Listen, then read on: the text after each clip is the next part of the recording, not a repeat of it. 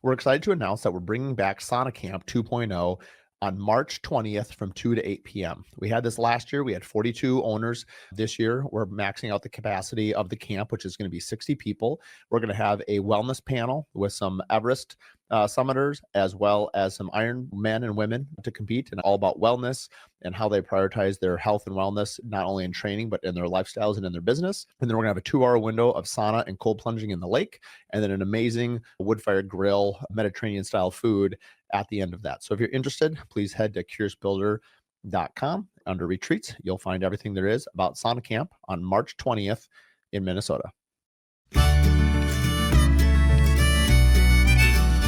Even though I know the product super well, more than maybe a lot do, I don't know what's coming out next. I mean, you guys know what's coming out 6 months from now, 1 year from now, 5 years from now, some of your long-term initiatives. And so I think one of the messages that I'd like to get out to builders is talk to your partners that you already are working with and find out how you can collaborate on things together.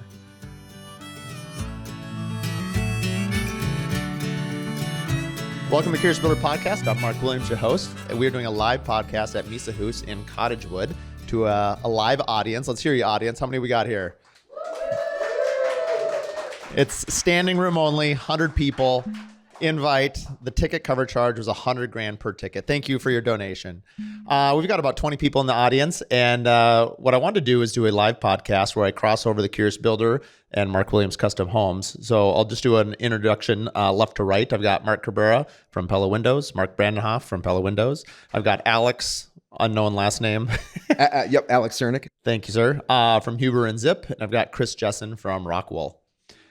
And so what I wanted to do was just talk a little bit about why we're partnered together on this home, not only for the audience at large, but also for the audience that's here. Everyone that is here is a sponsor of this home. And we're going to do 2 more of these. We're going to do one in the spring where, let's say this part, we're kind of at the infrastructure phase. And towards the end, when we're all done, we're going to have like House of Roll, we'll have Emser Tile, we'll have Pentair, and we'll reverse this. And I thought it was just a good way for everyone. I've had so many conversations with each one of you, and you've been huge supporters of what we're trying to do here. But I wanted you to hear from your other counterparts, like why are they interested in partnering in Mysa Hus? And because we've spent so much money and time documenting and marketing Mysa Hus at large, I thought it'd just be a fun way to engage our audience and kind of hear from your point of view why you're excited to be a part of this project. So why don't we start with that? We'll start with you, Mark.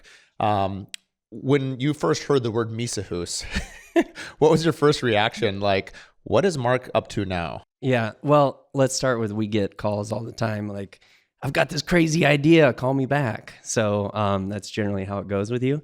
So anything is on the table, but I had to Google it to understand what it was. We'll talk about Cozy today. But yeah, I think for me, it was, we've done so much work together over the years that I have a faith and there's a vision to it. And we'll talk obviously about the concept and everything, but that's what got me excited, was something that could be repeatable. Yeah. How about you, Mark?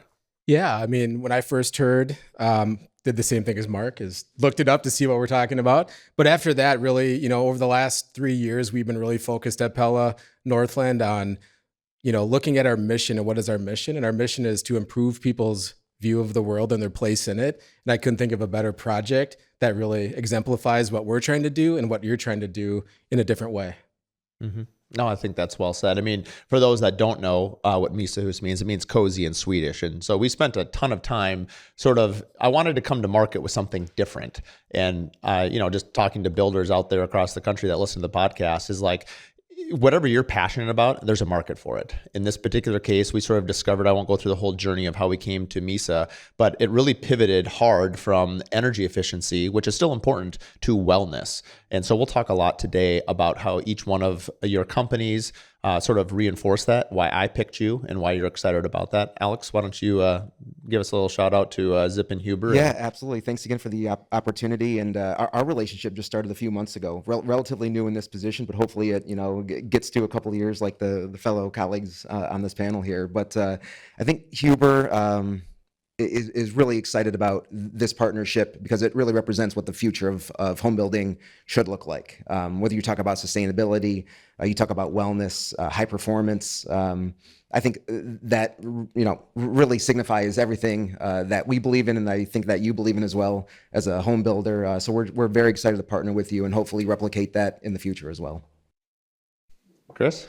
Yeah, well, obviously we've been trying to partner with Mark D. Williams Custom Homes for quite a while. So when this opportunity came up and you kind of explained it, I don't think I even knew what the Mysa Hus was yet. I didn't even look it up, but I was like, well, that sounds cool. Like we'll give it a shot. But basically just kind of building better. We saw that you wanted to do a house that's more cozy, as you said, but built better than code, built better than the standard house. And I think that's where Rockwool fits in quite well. That's kind of why we wanted to partner with you guys on this one. And one of the things too, and this is a message that I'd like for every builder in the country to think about too, is that I didn't, pretty much everyone in this room I have had previous relationships with. There's a few that are new, but really, I've been using Zip for quite a while. I've wanted to use Rockwool forever. I just haven't been able to get my clients. I haven't figured out the right sort of angle. Sometimes as builders or people, we're passionate about something, but we haven't figured out a way to sort of get beyond our own passion. And it's interesting that a number of my clients that have seen what we're doing now say, well, are you putting in that in my house? And I've told this to Pella corporate a number of times. Like, I've never done triple pane windows in any home in 21 years. I now have, of the next 4 homes that I have under construction, 3 of them have triple pane windows.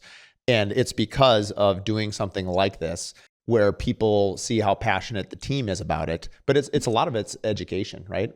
And, one of the things that I've tried to do the best I can is I want to go into battle with people I already know, right? Like I have this really long relationship with Pella, 21 years strong. And that's one of the longest ones that I have in my career. And so, you get this really great relationship where you come to your brand partners and you say, hey, this is what I'm doing. What do you have? Because even though I know the product super well, more than maybe a lot do, I don't know what's coming out next. You guys know what's coming out 6 months from now, 1 year from now, 5 years from now, some of your long-term initiatives. And so I think one of the messages that I'd like to get out to builders is talk to your partners that you already are working with and find out how you can collaborate on things together. Do you remember some of those early conversations, Mark, when we were discussing like what we wanted Mysa Hus to be? Specifically, I knew I wanted triple pane, but do you remember when it switched to quiet? And that became kind of a big focus? Yeah, I think you were kind of on the forefront of healthy home concept.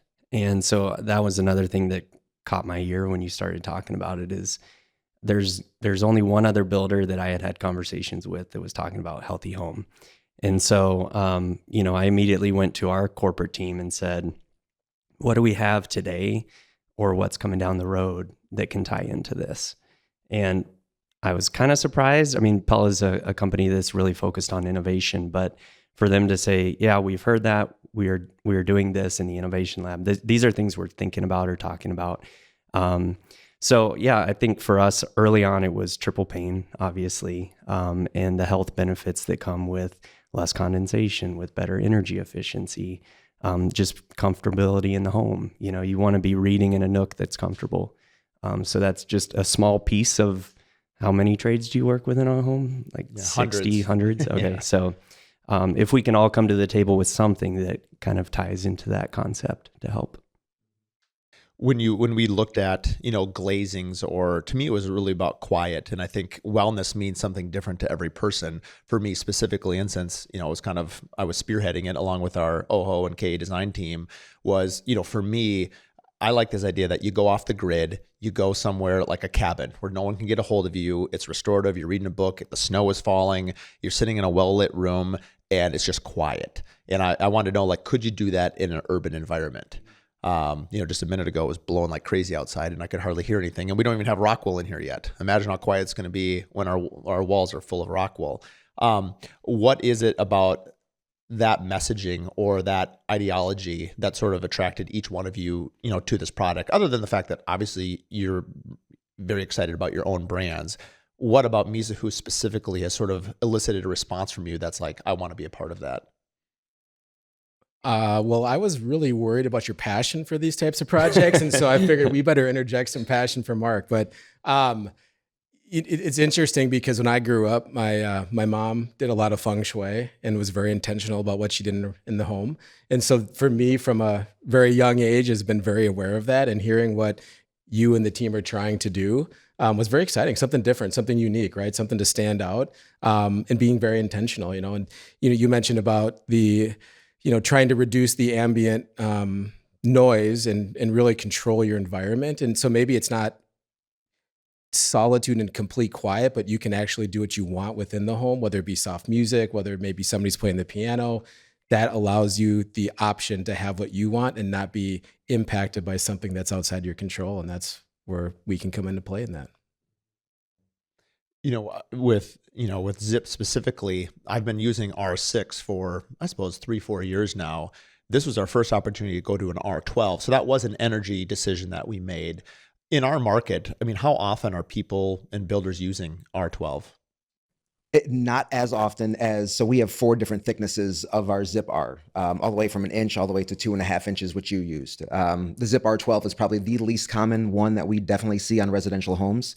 With that being said, it is something that is becoming more and more common here, especially in the Twin Cities. I see it a lot up north in the Fargo area as well, in Grand Forks. But there are some, learning curves to using our R12.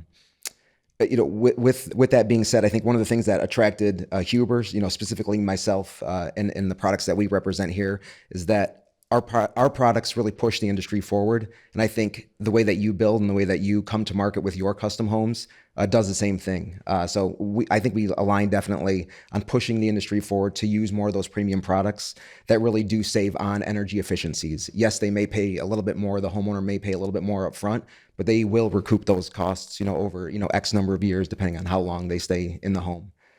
Just to briefly touch on, sound and, how our product really performs with sound barriers. Zip R is technically not tested for any sound efficiencies or, any sound barrier properties whatsoever. So we don't test for it. We don't put it in our literature.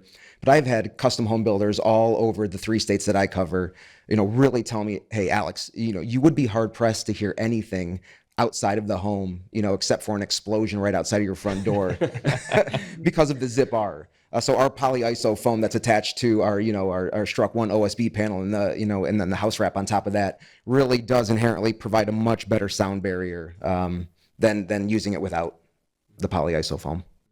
I mean, one of the things, that you've heard that terminology, belt and suspenders, how can you work with systems? I mean, it's one of the reasons why we're pairing it with Rockwool as well, right? Rockwool is very well known for its sound abilities, and, pairing it with the R12 and, pairing it with the triple pane. To me, I'm looking at, the 4 of you as sort of a system to make my envelope, just rock solid, if you will, pun intended.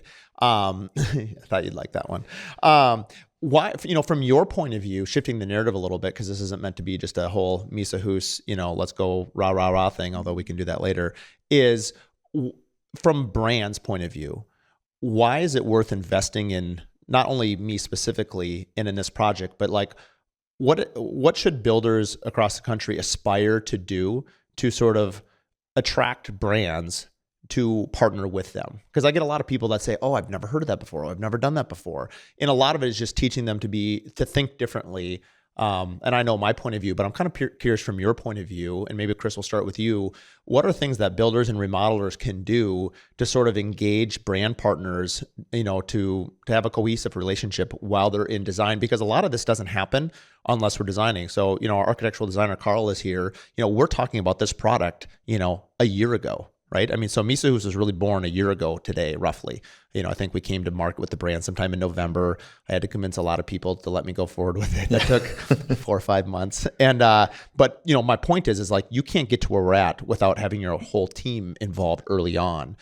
This isn't something you can just slap together last minute and say, oh, I want to change this spec. It has a huge ripple effect. So it needs to start really early on, which starts with discussions with your brand partners. For sure. And I think with like our company, I know all companies up here, we're out there in front with these builders that want to build better, like yourself, with their architectural and design teams running AIAs and calculations for them, really getting them involved. And we're trying to get out to these builders that they're thinking of going in a different direction like you did, and maybe build better than the codes are requiring, because codes are changing all the time, but you want to build better than that. So we've been really successful with builders like yourself, getting into those architects and getting into their design teams, and then them reaching out to us when they see us at product shows or on Instagram or the internet or podcasts like this. So I think us as brands, we market to a lot of those type of builders and do a lot of those type of events. What about how, one of the ways to, I heard this old sales adage that I like, that if you want to catch a fish, cast your bait where the fish eat. In this idea that, we all have the same client. Like, none of this works unless people want to buy this house when we're done, right? And so, a lot of the products that we're talking about right now, we can see, because we're in a house that, a week from now will be completely insulated with Rockwool, and will be, we'll start to sheetrock and all. You won't see any of your product anymore, right? I mean, you'll obviously see the windows, but we're not going to see any of the Advantech flooring. We're not going to see any of the zip sheeting on the outside. We're not going to see any of the Rockwool, but you feel the difference. How do we educate the buyers of these homes? Because there is an investment to this. I don't like the word cost, because I think the value is outstanding. What do you think is the best way for us to convey that value to a future homeowner?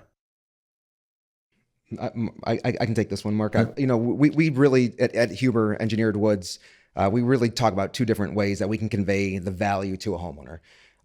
Energy costs are continuing to rise every single year. Energy costs are not coming down. They're just getting more and more expensive. We live in a climate, and I'm sure, a lot of people do around the country, where it's very cold in the winter and very hot in the summer. And there's really no in between. When you can convey the energy efficiency and the energy savings that they will see on the backside and calculate that, depending on the size of the home, how long they think they'll stay in the home. I really think that does put a, monetary value on, in their heads, and they say, hey, you know what, it makes sense to pay a little bit extra now, but recoup those savings, a few years down the road. And I think that another thing that we talk about, and I think this might go for all of us here, and maybe, Pella to some degree, but we always like to, use the analogy that you can always change the kitchen, or you can always remodel the kitchen or the bathroom, but it's very hard to remodel the Rockwool or remodel the zip and the subfloor. So get the structure right, get your engine right, and then if you've got a couple extra bucks down the road, you can always remodel the nice, pretty things. What's funny is 6 months from now, when we have this panel, I'm pretty sure some of our finished products are going to be like, you know what? If you hadn't spent so much money on the foundation, I know. You'd have more money to put on the flash on the end. Yeah, I think you're 100% right, but I mean, more is more. I mean, it just keeps on leading. I'll jump in, and that was more of a quantitative analysis, but from a qualitative perspective, somebody that's built a few homes, you can't go back and change the acoustic properties. And so as someone right now that has multiple teenagers, multiple dogs, being able to hear the kids and or dogs or whatever else is going on, unfortunately I can. So I wish I would have invested in some of these attributes that could have been a lot more beneficial for the enjoyment of the home. Floor squeaking drives me crazy, and I've got some floor squeaking as well. So if you don't do that early on and take the time and invest and understand the value prop early, to your point, you can always change out the refrigerator, but some of the bones of those homes, you can't do anything about. You're stuck with that. And so doing it early is important. Well, I think you mentioned brand, right? And how do your clients walk into a home and understand the value that comes along with that? We talk a lot about brand because I think you're a builder first, but you are a great salesman and marketer. And so you're always thinking about, how do I sell the product? Who are my partners that I align with? And I think you said earlier, feel the difference. So how do your clients come in and feel the difference? I think it starts with building a property like this, a spec home, because they can come in here and they can feel the quality. They can hear the windstorm that passes through and how quiet it is in here. And at Pella, we had a marketing, Sarah's here from our marketing team. We have a team that, works on brand for different product lines, but also talks about what is that client or consumer experience going to be? And when triple pane came out for the first time, it was called Feel the Difference. So we actually had something in our showrooms where we had single pane, dual pane, triple pane. And then we had lamps behind them so people could come up and feel the difference. And so you built that on a massive scale where you can bring clients through other builders, architects, and say, this is This is why I partner, and you can hear it and you can feel it.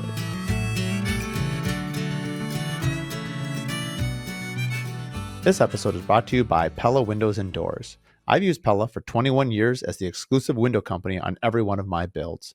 When people ask me who I trust for windows and doors, it's Pella, every time. Their craftsmanship, their innovation, the top-tier service make them a no-brainer for any custom home builder or designer who demand the best. Whether you're designing something bold or building something with timeless elegance, Pella has you covered. They're also the only window company that has a lifetime warranty on all of their windows. I've gotten to know all of their people at Pella Corporate, as well as locally here at Pella Northland. I'm proud to call them our partners and our friends. Visit Pella.com to learn more and connect with your local reps today. Also, for more information, you can listen to episode 1, where I interview their founders, as well as episode 109, where we talk about the innovation at Pella. I've said this many times on the podcast and just to people in general that one of the best compliments, I mean, you're seeing it as everyone in this room is a professional in their industry, and you see a lot of homes at varying stages. You know what to look for. I mean, architects can go through another architect's work and be like, oh, wow, that thought process, that's amazing. Like, kudos to them. They did a really great job. That builder really hacked it up, but that architect did a great job.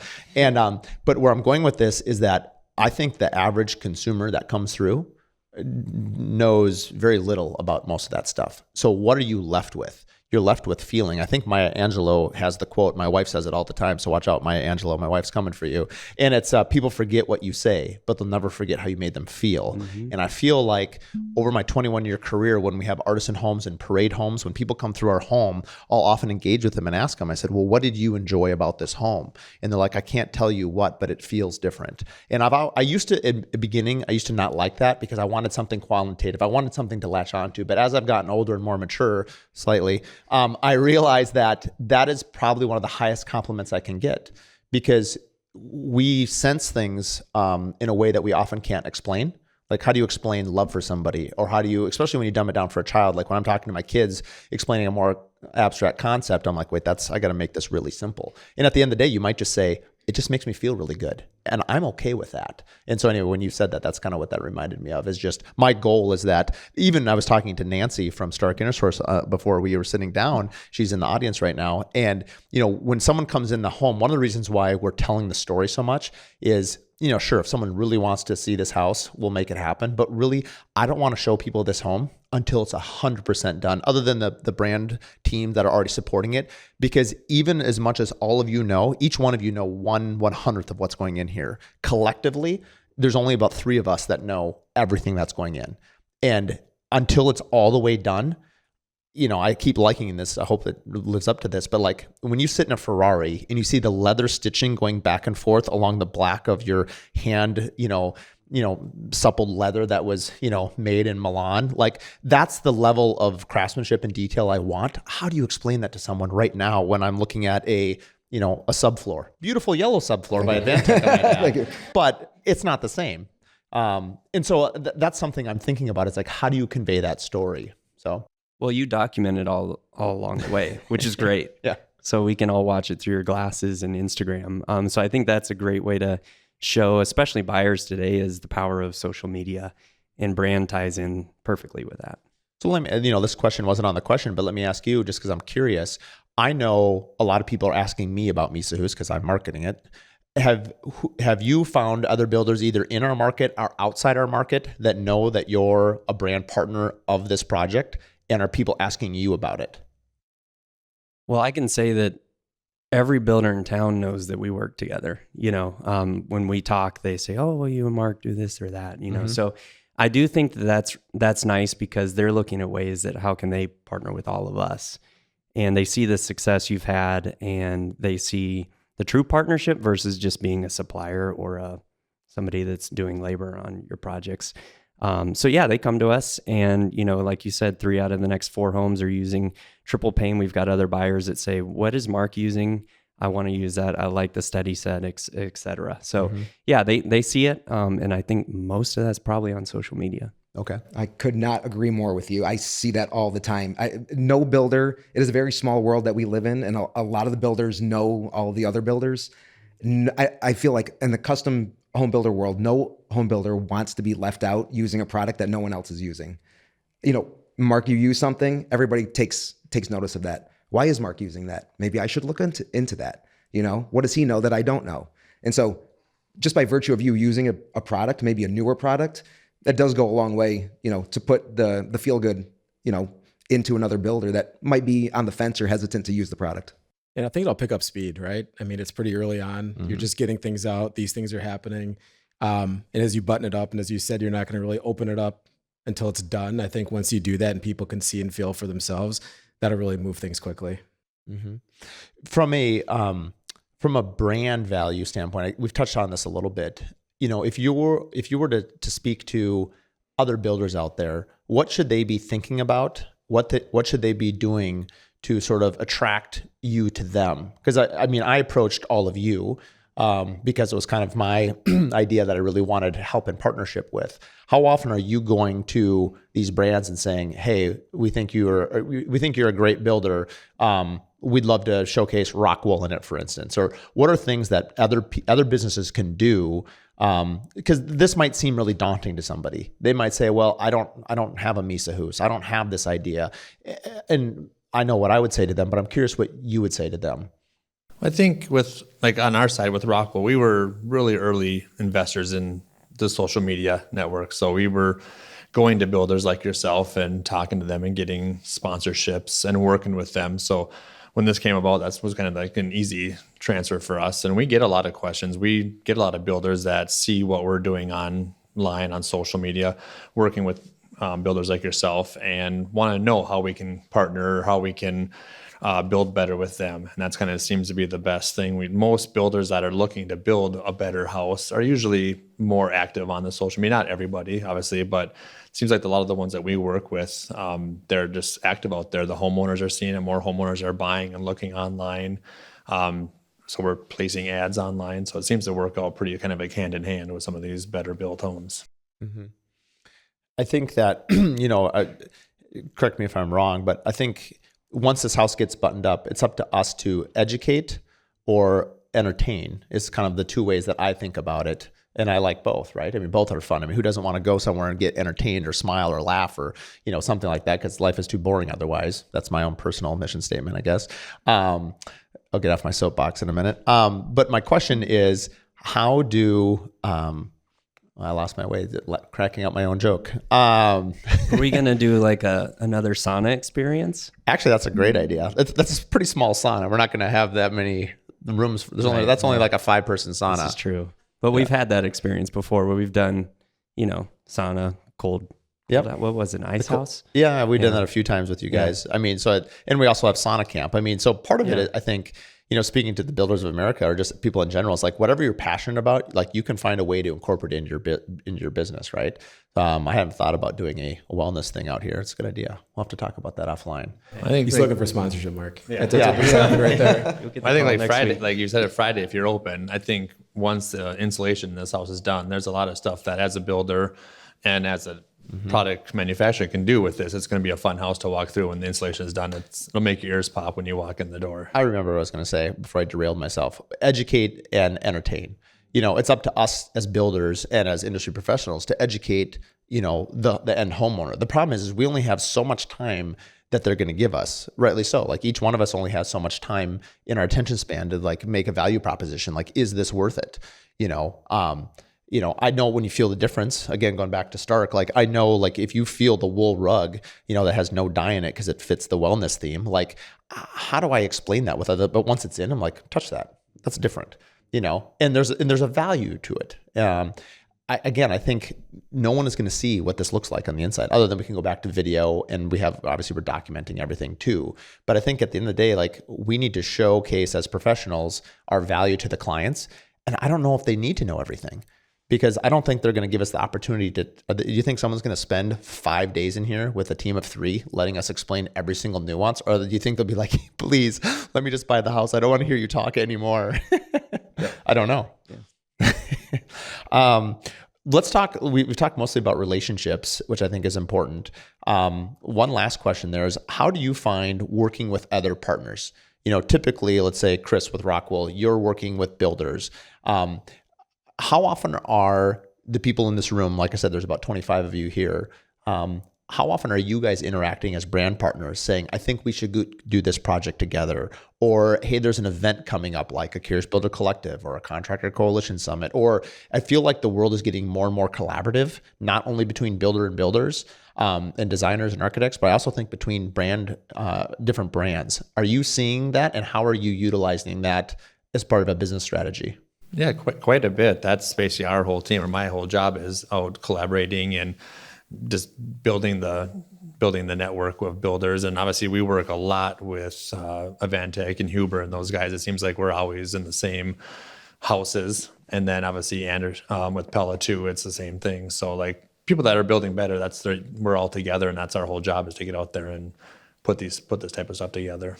Mm-hmm. Yeah, I was speaking to the Pella guys earlier, and I I stopped them because I do run into the Pella commercial reps, excuse me, a lot on commercial projects. So not only am I responsible for residential, but I'm also responsible for the commercial side as well. And there's been numerous times where I've seen a representative from Pella meet me on a large commercial multifamily project where they are using our house wrap, our zip, and our tapes for the window, and then installing a Pella window. And they've got both of us on there to make sure that first window install goes correctly. And there are some nuances, depending on how they want to do it, what adheres to their warranty versus our warranty and things like that. So it is very, very important. And I'll continue to back off the subject. We are actually doing an event on Thursday with another window manufacturer in conjunction, a dual window manufacturer. It's disappointing. in Zip. So we do try to get out there as often as we can with different brands and whatnot that interact with our systems as well. And we'll be more than happy to have a conversation with you guys and set something up for sure. But I get questions all the time about Rockwool, and I'm glad that we'll have to exchange numbers after this, because I do get questions very, very often about how our system integrates with Rockwool, and there are some unknowns, so we'll definitely have to exchange contacts after this. Yeah. Yeah, I'll jump in. So one thing that comes to mind for me is like intentional is not transactional, and so really fostering that relationship and spending the time. Mark and I were just comparing notes on our calendars for the next 2 weeks. We spend a lot of time interacting, and not because we feel like it's just what we have to do, but we generally really like to work with the people that we partner with, and we view them as true partners. And many of them, I think you're in this category too, become friends, right? I mean, it's not just about a window and a home. It becomes knowing about each other's families and kids, and that's the ultimate for us. And that happens a lot. I mean, it's very intentional. We spend a lot of time because we don't want to just be a supplier. We definitely want to be a partner. And I've mentioned this many times on other podcasts as well I think loyalty begets loyalty, right? And I use our relationship as a prime example of that. But, there's a lot of brand companies out there that say, well, how do we partner with, ABC builder, whoever it might be? And vice versa. The builder is saying, well, how do I partner and have that same relationship with, whoever? And ultimately, I think that's why whoever you're currently using, go to them first. You already have a relationship with them.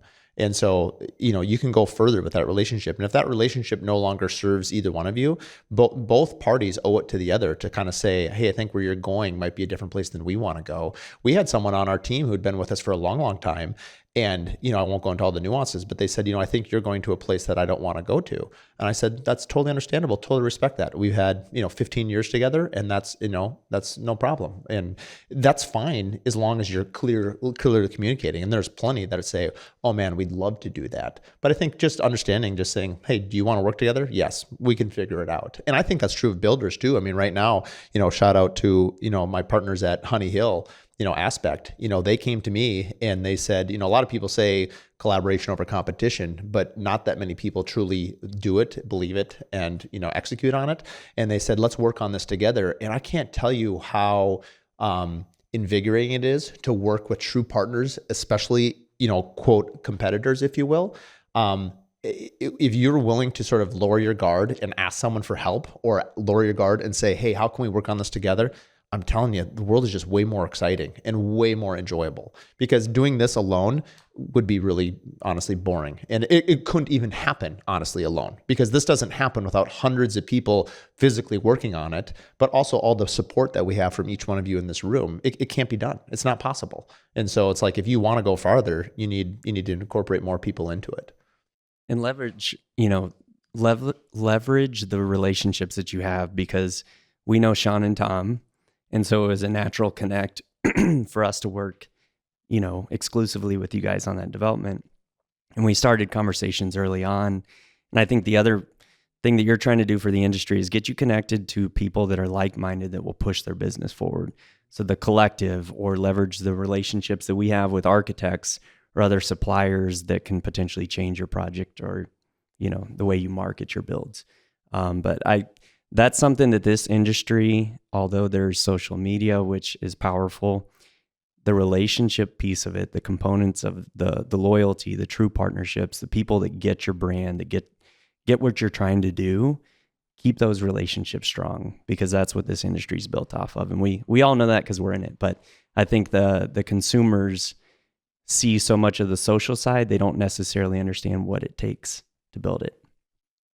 Yeah, I think the passion piece too, when you talk about that, Mark, I mean, we all can, none of us are here because we have to be. We're here because we're passionate about the building community. We're passionate about building beautiful homes. We're passionate about some of the projects. And I'm new to the industry, relatively new, and I absolutely love what I do every day. And I love the people I work with, and I love working with the builders. And we do a lot. It's definitely not for the faint of heart of how much time. I'm sure a builder experiences the same thing, but if you love it, it's just part of your DNA, and I'm there, and it's been a lot of fun. I think it also represents our industry. I mean, we're building a home for people. I mean, I've often argued that other than getting married and like the planning around a wedding, what else do you spend more time, effort, and energy and expectation into other than a home?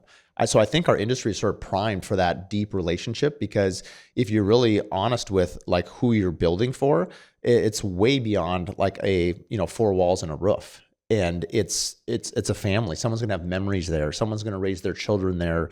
They're going to have, Christmases and Thanksgiving and all the things that matter to us outside of work happen, in this space. Like right now we're in this space. Some point in the future, someone will be having, their monumental life moments in this exact space. And so I think thinking about a home differently than just like, it's a place that I dwell, it's a place that you dwell well, and like you have all these memories. And also with a lot of the products that we have in this home, specifically with the 4 of you up here, is, and this isn't a warranty because it's going to exceed, my lawyer would hate this, but like, I want this house to last beyond 100 years. I mean, why in Europe were they using, stone and, whatever else, thousands of years ago, and those buildings are still standing. So, obviously time will tell. We're using a lot of new technologies, and we're still evolving. I mean, what worked 20 years ago, the products are so different and so superior, but we still have to try them and vet them and test them. And I think for builders, it's really helpful for me to talk to Chris and say, hey, Chris, Rockwool's been around forever. In this application, what can we do here? Like we actually had that on this house. I wanted to put I wanted Rockwool everywhere. So I wanted Rockwool up under sub-slab, and I didn't like the way we had our Stego poly, and so we worked with the manufacturer and said, well, I don't want it on the top. I want it on the bottom. Are you okay with that? And so I think, not always just doing what you're told, is probably, well, at least that's not what I do. So I want to know, but I also respect people. If you tell me no 3 times, I will listen, but I'm not going to take no, at least twice. Just twice. I said twice. And I mean, ask Carl. He tells me no plenty, but he appreciates his patience. He definitely knows how to get through to me. So I think we all need each other. Like I'm going to push you as brand suppliers. Like, can I do this? But I also depend on you to push back and say, Mark, it's not in your best interest. Like, for Pella, like, the wellness studio, we have this really cool multi-slide door out there. The original design was a bifold. And as we worked with the architecture team and the OHO team on what it was going to become, it kept evolving. Like none of this, again, happens without a team concept. When I go to, I'm just looking at Nancy, so I keep referring to her in the audience, but it's like, when I'm picking I say, hey, here's my philosophy. I want this house to be based on wellness. I want it's not perfect because we're still iterating here, but like to the best ability possible, I want this to have, natural, no off-gassing, things that I can control. And Nancy's like, well, then you want this product. She knows more about her product than I could ever hope to know. And so I would challenge builders out there, like when you have an idea, like again, depend on your people, have them, you don't have to know it all. Like I know very little. I just know to ask all of you for help. And so far you guys keep on answering the phone. So that's on you. That's true. What would be like a goal out of this when this home is done? What would make this a successful venture for each one of you?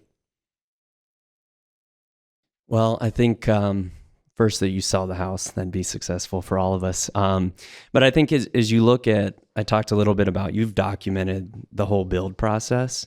And so for us to collaborate and use that to gain future business and push the industry forward would be a success, at least from my lens. I was thinking the same thing. We're a little bit lucky with our product in that it typically is like a statement piece or a showcase piece, something you really can't avoid not seeing. But being able to get people to say, hey, Mark is doing triple, I should do triple. Mark's doing multi-slide, I should do multi-slide. Mark's doing this, we should do that. That's awesome for us. And that's, the whole partnership really works well that way. Mark, I mean, my hope is that you really set the benchmark for what a custom home can be going forward, with all of our products involved in that. I really set that benchmark for future builders that have an idea of building that great custom home. They're saying they're thinking that, hey, these products were used, I'm going to use those products as well. So yeah, I think the same. I'll kind of continue on that. Is just when we partnered with you, we were like, okay, we want to partner with Mark D. Williams Custom Homes going forward. I think you kind of set that benchmark for the Twin Cities, which definitely needs to build better than code. And they're moving in that direction. So having our product, having the continuous exterior insulation with the Zip R, the windows is just stuff that's not normally done in Minnesota very often. And I think that'll trickle down to obviously more custom home builders, but down to more standard home builders.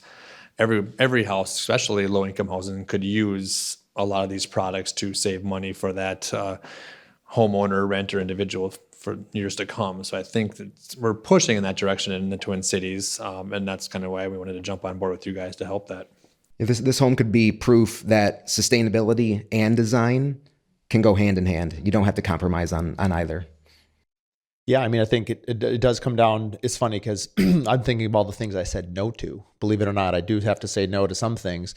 In terms of cost and value, we're making value decisions based on what we think, and the proof will be in the pudding. I mean, we'll find out 6 to 7 months from now whether this vision and the goal that we had in collaborating together, will someone appreciate the way we do? We don't know.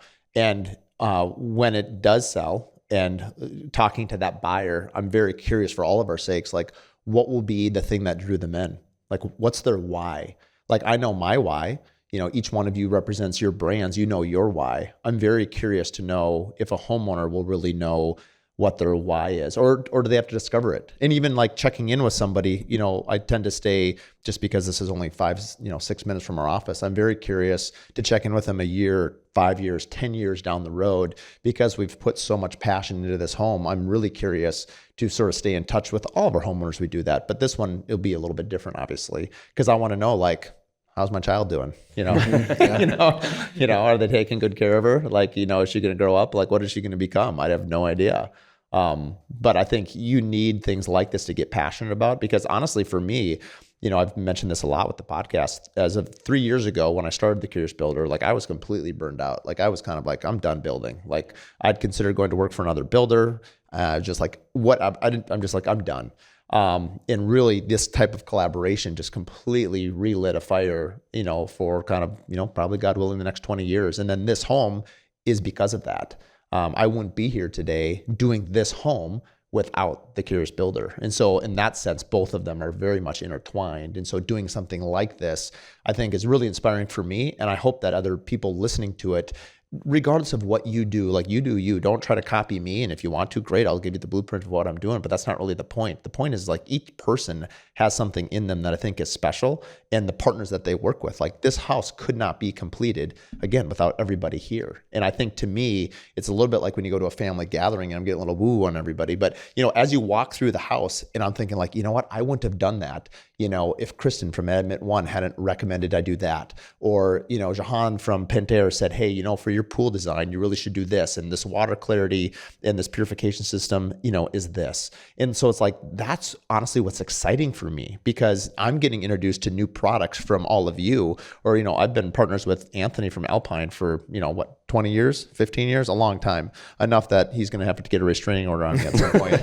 And, But you know, like when I tell people what the goal is, they're coming to me with the ideas. I don't have to keep iterating all these ideas. So that to me is why it's so fun to have partners, because this isn't really my vision. It's collective, vision together.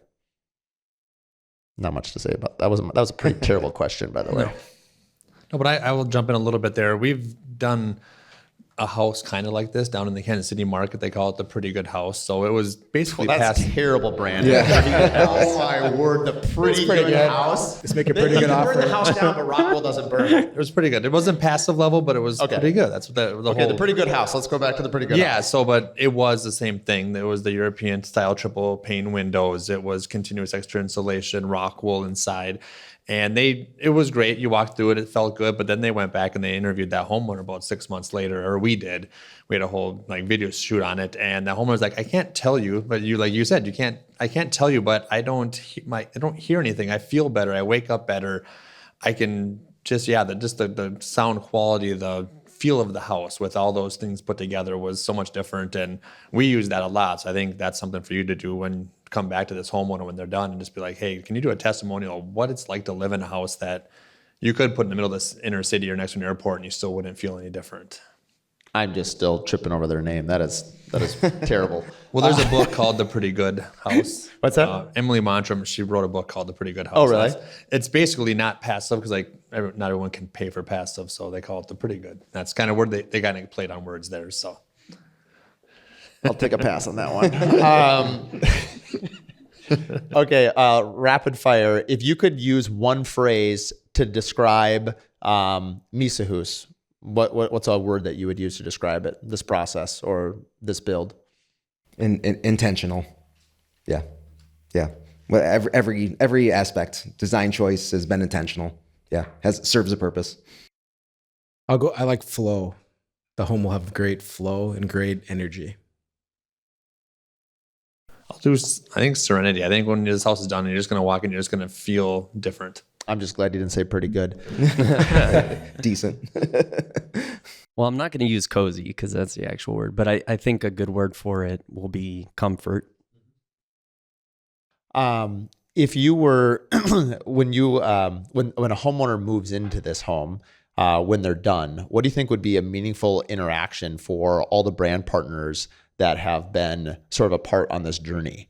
You don't want to overwhelm, it's kind of like, they've adopted your child and you're like, it's like, well, okay, we also want them, it's like their home now. It's no longer really our home. What do you think would be a meaningful way to sort of interact as a collective team, for a future homeowner? Any ideas? You could do a video expose of each vendor's contribution to the property and kind of follow that over time with mini interviews and wrap that up into a nice short 2-3 minute video for the homeowner to have. Leah, we got to write that down. That's a great idea. I'm thinking about like a wedding video, like of all your guests. Like you go on the honeymoon, and then your idea of just like 2 minute, like, hey, you're gonna enjoy going to Iceland. This is from the 3 marks. Enjoy this hotel or whatever. I like that idea a lot, actually. We could call out what we think is going to be special about this house and say, hey, walk through this house. How's that feel? How's that quietness? How's the windows and whatnot? So I think definitely could be a cool idea. I'm really hoping that, somebody that, is going to see how much care we put into this home, how they'll let us use it for future clients, because once the home sells and, it'll be on the artisan home tour. And so obviously anyone that wants to come see the home is certainly going to see the home. That'll be the first 3 weeks of June. And we're going to do a number of industry events. We'll probably use, if you're part of the Curious Builder Collective, raise your hand. How many people are either a sponsor or part of the Curious Collective in the room right now? So maybe 70, 80% of the room. We're probably going to do a mixer here where we'll have the architect, design, and builder collectives, because so many of my partners and sponsors in the Curious Builder enterprise obviously are the same ones as they are in Mark Williams Custom Homes. But I think I want to do some sort of a meaningful mixer here. I'm not sure what that looks like yet. We're still sort of iterating. And then even involvement with the neighborhood. I mean, obviously the entire neighborhood knows about this house. It's funny because one of my other designers that I work with a lot down the street, she lives 3 homes down. They refer to the house as Mysa. How's Mysa doing today? So I gave her a water bottle, like not quite like this one. This one's pretty cool. Pentair, you guys should check this out, by the way. Lark, have you seen this? They have a UV filter in it that it purifies the water. Check this out. Sorry, audience, that's not cool. It purifies the water. So I'm going to give the homeowners their own custom water bottles. So the house is cheap, but the water bottle is very expensive. I got one more twist for you. I was just thinking this would be a fun one too. Have everybody that's involved sign like a 3x3 square and then hide it. And then during the video that you give them, let them know to open this panel up or remove this, and they could see all the people that contributed to the build. Oh, look at you autographed it. There it is. That's not my autograph. That's Edmund One's autograph. So It's hard to see that though after it's built. That's true. You got to So- find a place where you can put it that they're not going to know about it, but you can surprise them 6 months in. So we've been documenting it. So I like the way you think. So what we did is I've been asking anyone that's worked on the house to sign their work. And the idea is that if you sign your work, you're putting your name on something. There's going to be a little bit more care, a little bit more intention, a little bit more. You're just going to be authentic about what you're doing. You're going to think a second time before you do something that's not great. Which pane of glass would you like Mark and I to put our signature on? A handprint. Front or back? Or maybe a door? Great idea. Tell you what. No, when we're done today, I got a Sharpie we're gonna in the get truck. magic I'll just- markers, and everyone's going to sign something in this house. Not a window that I can see. Otherwise, I'm going to have you replace it. But anyway, the idea is, again, it's a story. And, it was funny because I had one of our HVAC guys was downstairs, Lennon, and I had him on camera. And it was the guy's great. I love his energy. And I never met him before. And I said, hey, Lennon, do you mind if I get a video of you signing the tin and the ductwork on the plenum? He's like, absolutely. He's like, this is awesome. I've only been doing this for a couple months, but I love this. Oh, crap. I was like, you know what? In for a penny, in for a pound. Let's do this, buddy. I think he'd been there for a couple of years, but I remember texting his boss being like, someone's overseeing Lennon, right? Like he's 2 months. And so, but I say that sort of, I want to tell that story, A, to put a little pie in my face, but also B, is like, there's this narrative that there's not young people coming into the industry. That's not been my experience. I see a lot of young people interested in our industry, and I think it's up to us to engage them differently and have them come in. Like right now, we're going to try to do a speaking tour into high schools. And so we're trying to work on a way, like, how can I get people into this? And it's interesting because I was sort of told by a number of people to like keep this home a little bit more secretive. Don't let people in till it's done. Because my original idea was actually after this, we were going to have 100 people in the house for the hard hat tour. It was going to be all the kids in the neighborhood. And we actually have like little checklists of all the things to look through and educate them. But I was convinced that that was not in my best interest to do that. Is that by your lawyer or is that by the team? That was by a number of people that I said no a number of OSHA? times. I finally said yes. So anyway, not all of my ideas get greenlit.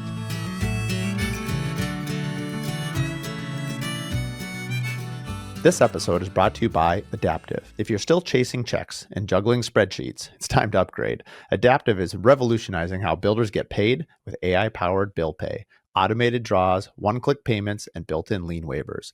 Faster payments, fewer headaches, and total visibility. Adaptive takes care of the back-end chaos so you can focus on what you do best, building. We've used Adaptive for 2.5 years and trust them to keep our projects moving and payments flowing. Learn more at adaptive.build and simplify the pay process today. For more information, you can also listen to episode 10 and episode 15. Maybe we'll take a few questions from the audience. We're out of questions, and right now we're just riffing. So does anyone have, maybe we'll do 3 questions. Does anyone have a question in the audience that they'd like to ask anyone on the panel or anything about the house? I mean, for the audience, there's like, everyone's hand is up. I can't decide who to pick. Jahan, go ahead. So we talked a lot about the materials that are in the house today, and someone had mentioned a warranty. So as we're thinking beyond just move-in day, how do you also delight homeowners when it comes to seeking out a warranty or calling about service concerns? Curious what your philosophy is with the type of buyer who you buy. So the question was from Jahan from Pentair, and she basically just said, how do the brand partners up here view warranty and reassure the clients long term that while they're in their home, like what is warranty, what does commitment to a home of this caliber mean like from their point of view? Alex, go ahead. So this was on my mind when we were talking about partnerships, and it was something that I did want to speak about. So thanks for bringing this up, and hopefully I can make it quick. And this is just coming from Huber, but I think any manufacturer of any product that you're going to use on this home, has a pretty good lawyer behind the scenes that can get out of just about any warranty situation that comes up. At the end of the day, in my opinion, it really does come down to a partnership and a relationship. I want you to feel extremely comfortable knowing that when you are using our products, not only do they come with a 30-year, non-prorated warranty or 180-day of, exposure rating where you can keep it open for 180 days. That's all good and dandy. But when it comes time to act on that warranty, how do you know that we're not going to find the fine print that says, hey, you didn't do this one little thing, therefore we're washing our hands of the entire situation? In my world and in my position, I know Huber, being a family-owned company, is never going to wash their hands of any situation, depending on whose fault it is. We are always going to work with you, partner with you, build that relationship, because I know as soon as I say, hey, too bad, so sad, you guys didn't do this one little thing, are you ever going to use my product again? Probably not. I'm here to build a long-term relationship. And so that means not only educating you on the product, giving your guys your team the product knowledge, training sessions, et cetera, but also helping you out and working as a team if a warranty situation were ever to come up in the future. I mean, I think that speaks a little bit to what Mark was saying too about the power of relationships. And I think it's more interesting anyway and more rewarding as a person just working in this world is just like having relationships that are meaningful, that, like you said, Mark, as well, too many Marks up here, that you might actually like someone, that you might be friends with them. And, when you know someone cares about you and they care about your reputation, they're going to go a lot further than just what is stated. Or they'll tell you, say, I'm sorry that my hands are tied, but I think we need to do this. And so they really, if it's a transaction, it's black and white. And it's to your point, the fine print seems to be in everything but my contract. And so, thanks for laughing at that. I think a homeowner at the end of the day, very few homeowners read our contracts. At the end of the day, they're saying, Mark, we trust you to build our home and we trust your reputation. And that's enough for me. And as long as I stand behind that, the contract is only there if I don't. And honestly, if it's going to that, then I'm not really the builder I want to be anyway. And I'm sure we need those things for certain situations. But at the end of the day, like, I don't know anyone that's like, yes, contract, can't wait to read this thing. This is going to be some great bedtime reading. It's just not enjoyable. People don't like it. They like real people. And I think that's why you see people go back to relationships and why people continue to work with the same people over and over again. I can tell you as a builder, there's been situations where maybe things were 50-50. Maybe it wasn't even 50-50. Maybe it was definitely not the manufacturer's issue, but they took care of it anyway. Think about it this terms. If you're a family and you have children and you see someone do something kind for one of your children, how do you think you're going to feel about that person? You're going to feel very strongly towards them. They did the right thing even when they didn't have to. Now that is something you can't not only put a price on it, you really can't hardly even quantify it. You can only tell the story. Yeah, I think it's a good question. I think you've got to partner with brands and with builders that have a reputation to uphold the warranty, right? Even beyond what's maybe written. Pella specifically has been around for 100 years. This is our 100-year anniversary, which is pretty cool. And locally, we've been here 85 years, and we've worked together 21 of those years. And we've run into things along the way where we've had to address them.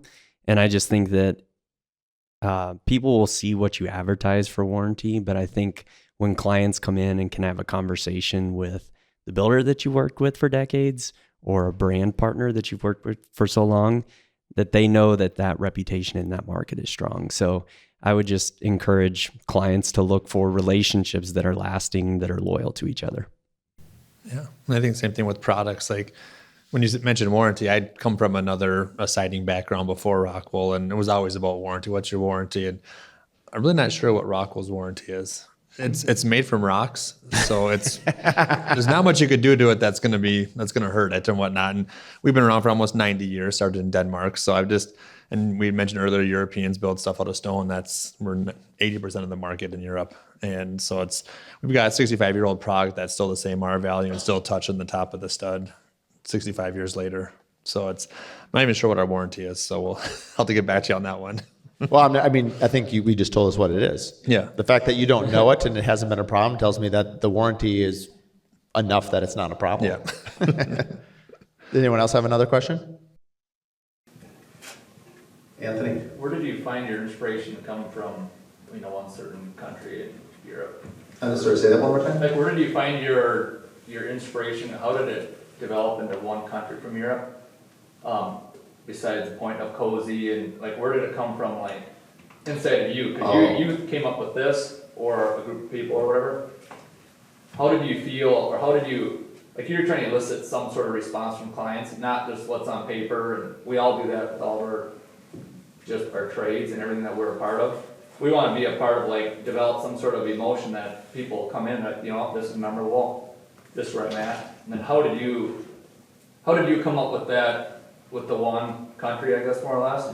And then was it just mainly because of the word cozy, or? So I think the question, to repeat it, was, so Mysa, like, how did I come up with the term, or we come up with the term Mysa Hus? And like, I guess, how did it start? Man, I'd have to think about that for a little bit. It's been talking about it for so long, sometimes you forget about the beginning. It's like telling, well, that's a little too woo-woo. I was going to be like, go back and be like, when you first went on your first date with your wife, like, what were those first feelings like when you knew she was the one? I mean, just off the cuff, I knew that I didn't want to, so I haven't done a spec home in 16 years, and I didn't want to come to market like everybody else. No disrespect to what they're doing. It's just not me. It wasn't creative. It wasn't interesting to me, and I didn't want to do it. So then you can't really make someone do something they don't want to do. As I already mentioned, I was kind of burned out. I sort of needed to be burned out in order to have this idea. So I think for me, it was just part of the process. And so for me, through the Curious Builder and working with a lot of other people, I've been kind of obsessed with brand. The Curious Builder, like about 3 years ago, I was going through this brand exercise of like recreating Mark Williams Custom Homes, because no one tells you at 23 years old, don't name your company Mark D. Williams Custom Homes. Blah, so long. And it's like, how am I going to sell that?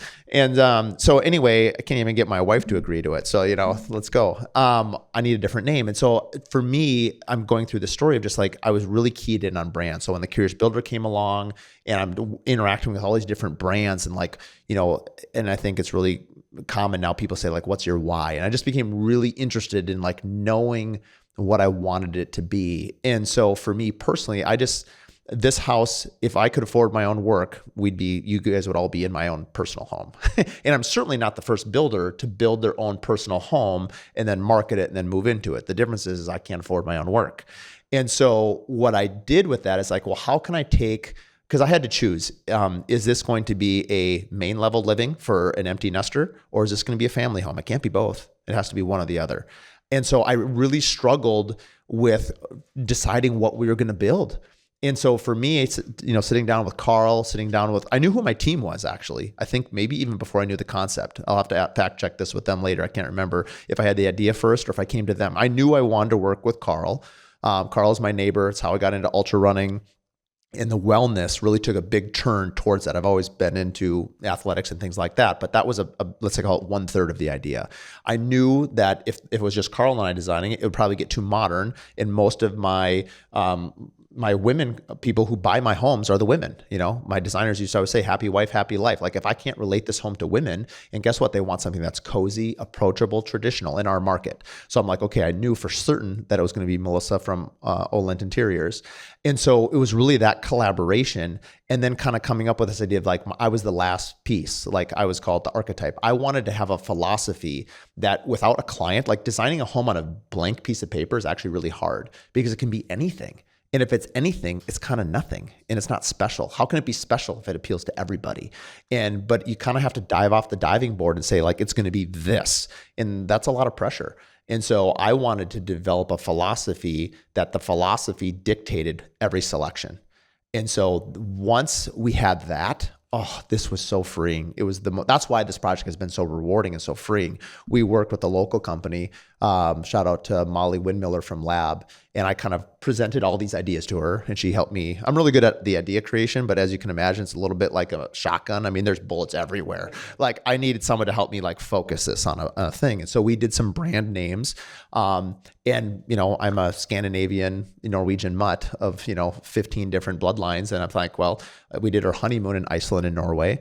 And I was like, I love going back to this cabin, this intentional. I wanted this home, if it was my home, to be a place where my family, my children and I could be in common spaces. The rooms would be smaller. So I'm giving you a long answer, but that's how it just kept coming. All these inputs just started coming together and together and together and together. And so I didn't pick a country. I picked a philosophy, and the philosophy sort of worked around. And plus, Mysa is very catchy, so that helps too. It's not Pretty Good Homes, I'll tell you that. And so that was really, I don't know if I answered the question, but that was really how I came to it. There's a lot more there. We could do a whole dedicated podcast probably on it, but did that answer your question? Last question, and then we'll respect the time for the audience and Mark's travel plans. Any other questions? Ian, all right, our producer, I love it. Did any of your conversations on the Curious Builder podcast affect what you did here at Mysa Hus? That's a good question. So Ian, our producer from Studio Americana, asked if there was any conversations that had happened on the Curious Builder podcast that influenced.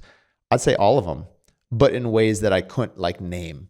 I interact with owners across the country, designers, architects, builders, and like any interaction with somebody, people leave an impression on you. I couldn't say specifically. I could say a little bit shout out to Nick Schiffer from out in Boston. He's one of my business partners with the Contractor Coalition Summit. He's much farther along in his spec home, and his is like 5X mine. He's got something called 45 White Oak. If you've been following it, it's out in Boston. An insane, his motivation is a lot different than mine, but I saw his passion and I saw his dedication to like a specific thing. So it impacted me from that point of view. How we got to, I'd be curious to ask someone else how similar they think our end goals are. I think they're quite different, but he was so motivated by, he wanted to build the highest end, most pure home, like everything to the nth degree. I mean, I'm like a 1 out of 10 compared to that home. I mean, that home is insane. If you're not familiar with it, you really need to go give it a look. I'm actually flying out there in 2 weeks to go look at it. One of my business partners told me I couldn't go look at it because he's afraid what'll happen. And I said, don't worry. I said, we're already too far down the road to change. But I think everyone impacts you. And so Mysa Hus could not come about without every single person involved. And really it's an evolution of it all. So I think I'm going to go with you so that I can keep you in check. Oh yeah, you guys will appreciate that too, right? Yeah, absolutely. Okay. Yeah, hey, you can come. Why not? I'd like to actually. I think you should do whatever he does on the exterior of his houses. I'm sorry. Just do whatever he does in his house and on the exterior of his houses. Yeah, I mean, Rockwool's been working with NS Builders for a long time, and so I think that's back to your question, Ian. I think as you interact with people, people are asking me, "Hey, why are you using R12?" What do you think I did when I called Chris Cook? So he's one of the head people at Huber. He put me in touch with someone on the East Coast, not Nick, but somebody else. I called them and said, hey, tell me about R12.